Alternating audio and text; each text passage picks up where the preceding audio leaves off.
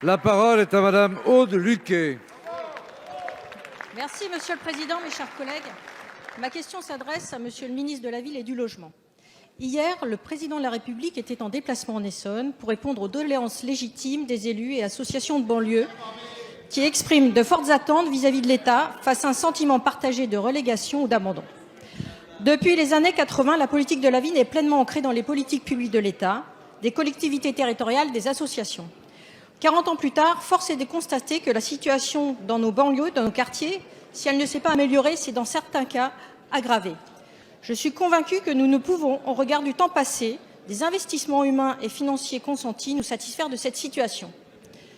Les bonnes initiatives, les dispositifs de qualité existent. En matière de sécurité, il me semble que nous pouvons saluer l'impact positif de la politique de la police de sécurité au quotidien ou encore des quartiers de reconquête républicaine.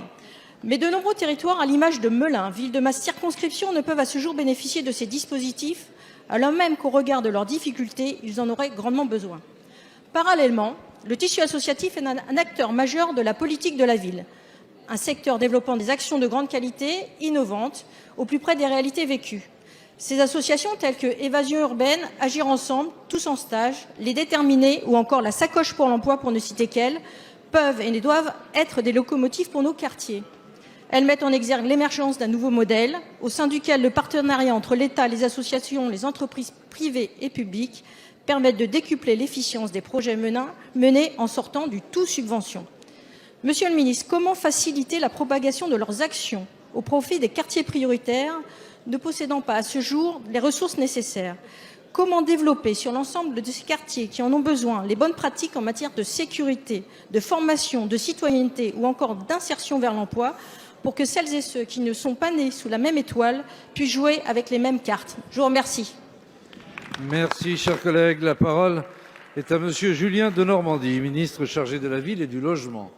Merci Monsieur le Président. Mesdames et Messieurs les députés, Madame la députée, vous étiez présente parmi d'autres parlementaires que je salue hier soir pour ce grand débat national autour du Président de la République et puis de 150 élus locaux d'Île-de-France ayant des quartiers dans leur lieu où ils ont été élus et ainsi qu'une 150aine d'associations et de représentants des habitants à Évry-Courcouronnes. Hier, moi j'ai vu un vrai débat démocratique, un vrai débat sans aucun filtre, un vrai débat où les élus locaux, où les associations ont mis en avant des inquiétudes, mais aussi des propositions. Et parmi elles, je voudrais vraiment rendre hommage aux associations que vous mentionnez. Beaucoup d'associations hier ont dit toujours la même chose, qu'elles étaient empêchées de pouvoir, depuis des années, Monsieur le Président Jacob, elles disaient que depuis des années, elles étaient empêchées de faire leur travail parce que peut-être, pendant trop longtemps, on a considéré que les associations de petite taille n'étaient pas suffisamment des acteurs de terrain pour lesquels l'État devait les soutenir. Et donc le Président de la République, hier, il a annoncé quelque chose de très précis.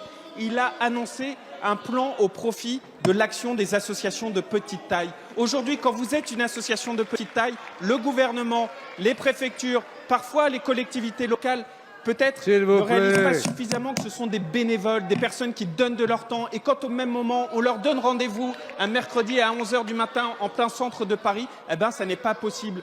Quand en même temps on ne privilégie jamais la pluriannualité, quand en même temps on fait le tout appel à projet, eh ben ça ne permet pas le développement de ces associations de petite taille. Et donc le Président de la République, et je crois que c'est un vrai témoignage de l'utilité de ce grand débat, hier, avec les associations, avec les élus locaux, avec les parlementaires que vous êtes, s'est engagé dans la mise en place de ce plan qu'on précisera avec Gabriel Attal et Jean-Michel Blanquer à la mi-mars au profit des associations de petite taille. Merci, Monsieur le Ministre.